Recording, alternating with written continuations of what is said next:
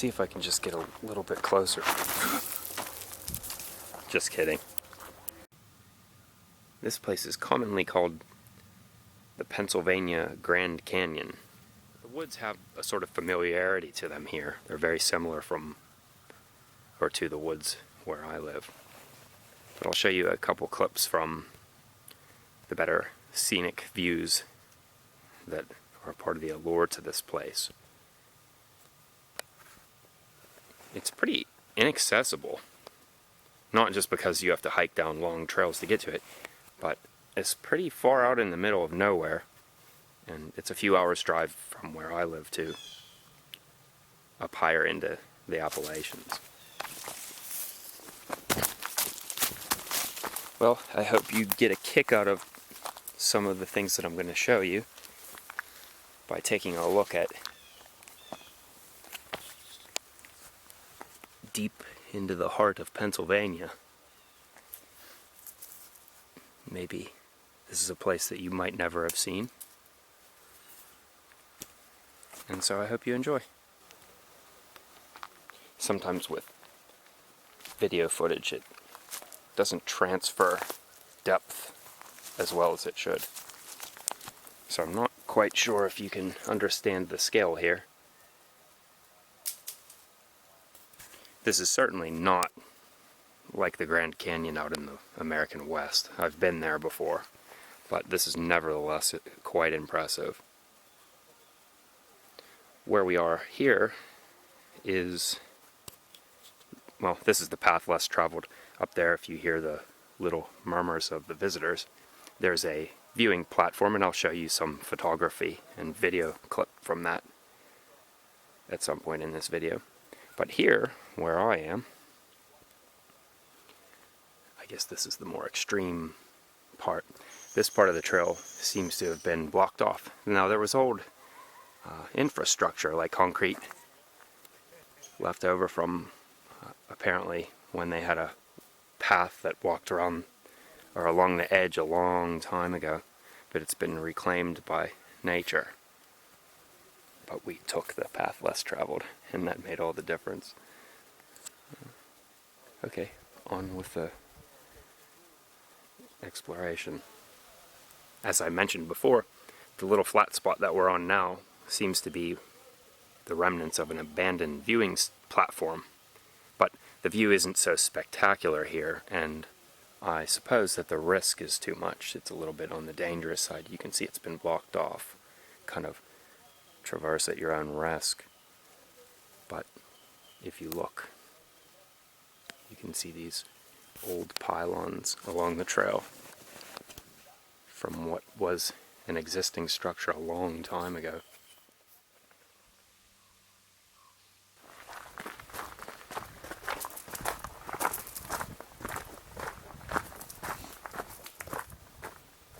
Where I first came in was about a quarter of a mile in that direction, but it's a very steep grade. And so the way that the trail operates is it goes back and forth in these zigzags. You can see the trail going here. And then they put in these benches every once in a while. And I would say that we're about, if I were to guess now, a quarter of the way down, but I'm probably terribly underestimating how difficult it is. But because we're feeling a little risky, instead of going along the V's, we're just cutting straight down and jumping from tree to tree like squirrels. So wish us luck, and on we go.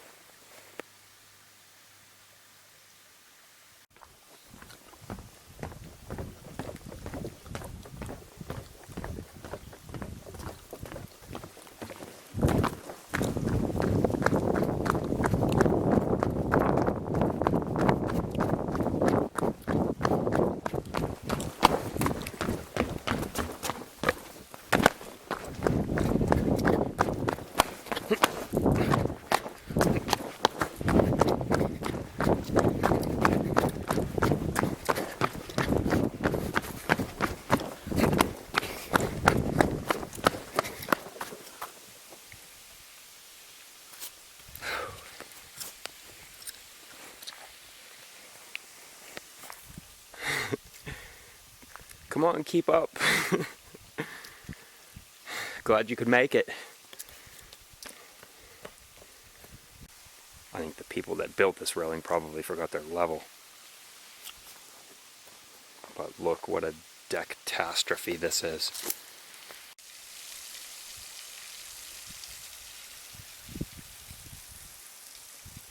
This is like a picture that you'd see in the dentist's office.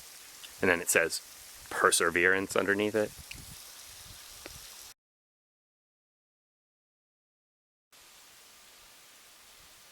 Believe it or not, that is the way we came from, and that is the road really less traveled, and it has made quite the difference.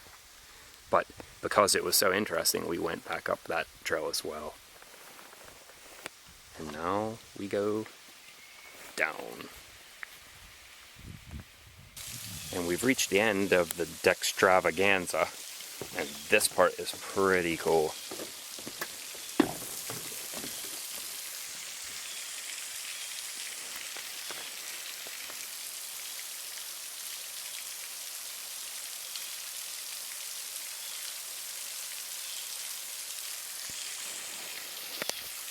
I really hope the camera can do it some justice.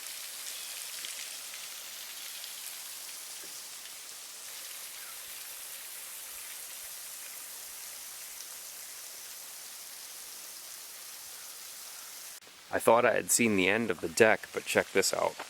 Way down in there. You have to feel sorry for the people that built it. It's like, hey, run back and grab the battery drill, I forgot it, right?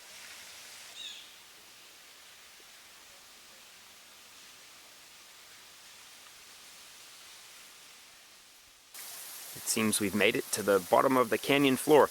There were some wonderful waterfall-like structures there that I didn't photograph. I mean, I can't take footage constantly, but maybe I'll take some video footage on the way up. But to prove it to you, there it is. There's the river. And we'll go down and stick our toes in the water.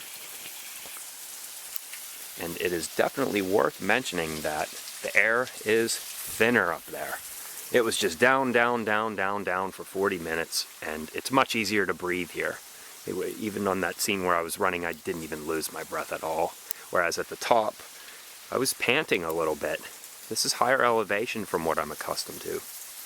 But it's also deciduous woods again, which I prefer. I'm not a fan of the coniferous woods. They're much darker, and it just feels more alive down here in the greenery.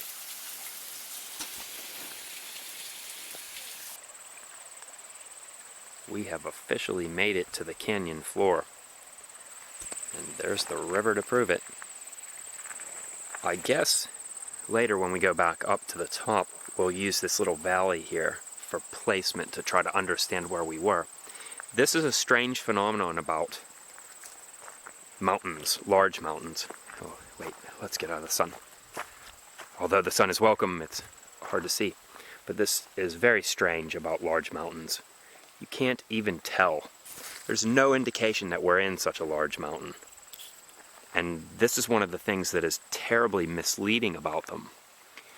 That you may think that you could ascend something like this in a reasonably short amount of time, but you could end up spending the day trying to get to the top and never make it. Okay. On I go. I can't believe how it seems almost surreal when you're in the darkness of the woods coming down. And now it's just a bright and beautiful day.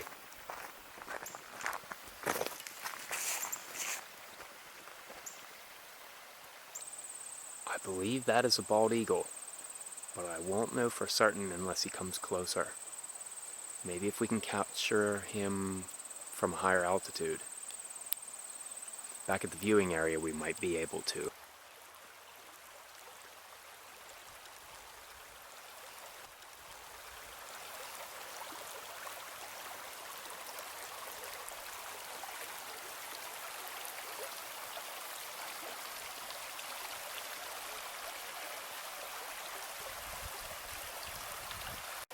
Geological time is, of course, on a scale that's just beyond our comprehension. I mean, at best we're going to live a little over 100 years, and the time scale involved with this sort of thing is just beyond anything that we could actually understand. Look embedded in this rock, and you can see fossils everywhere of shells. Up here in the Appalachian Mountains, and this entire riverbed is ridden with fossils of a distant ocean floor. And it goes on and on and on.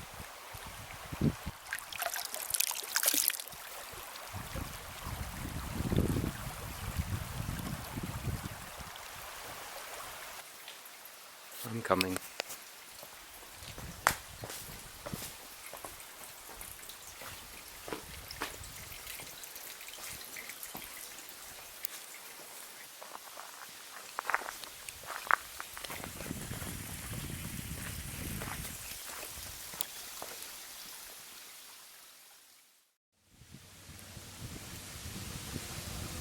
Ascending this mountain kind of reminds me of the 1,000 steps in Skyrim, but it really is beautiful.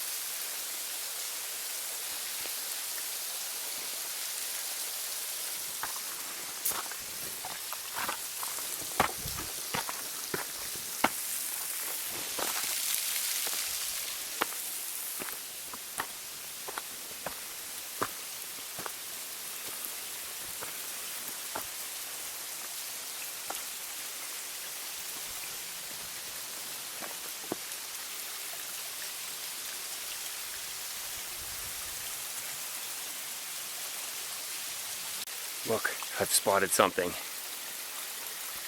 It's the universal sign for intelligent life. I don't know how intelligent that life is, or was rather, because the path to it is kind of precarious. Woo! Oh, I wasn't faking that for effect. You'll excuse my camera work not being perfect, right?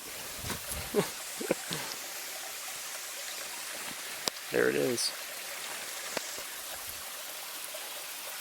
Beautiful place.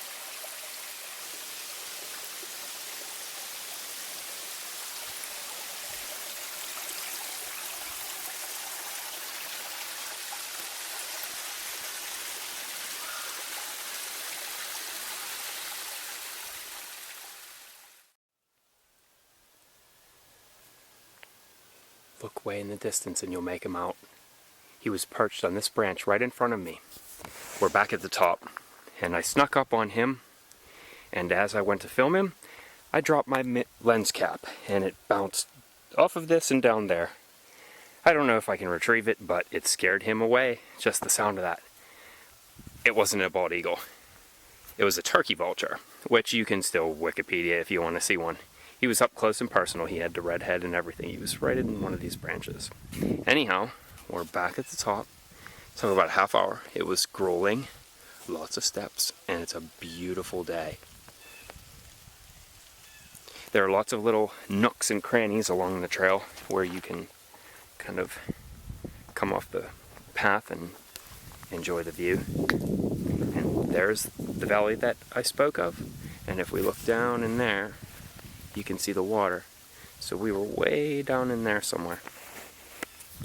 Well, this concludes our tour of this place. We're going to go get something to eat and enjoy our drive home. I really hope that you enjoy this, and I appreciate you joining us.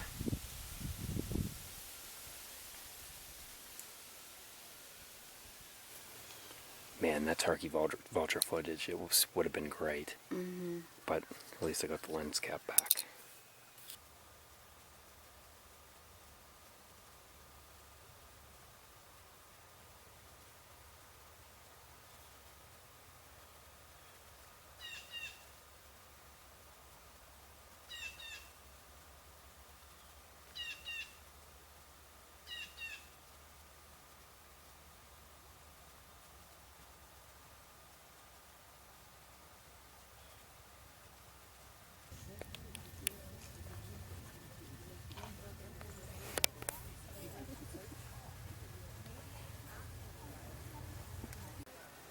There he goes.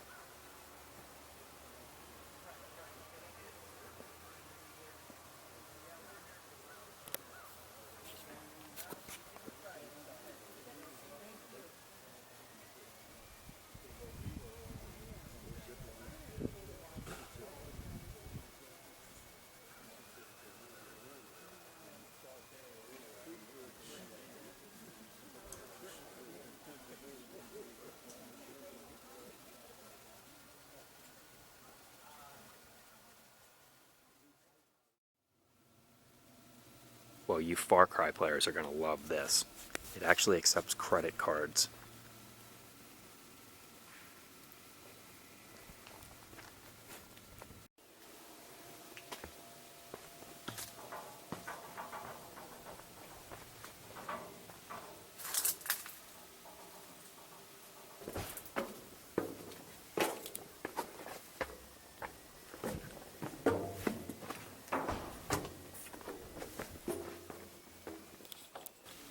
Wow, this really does remind me of Far Cry.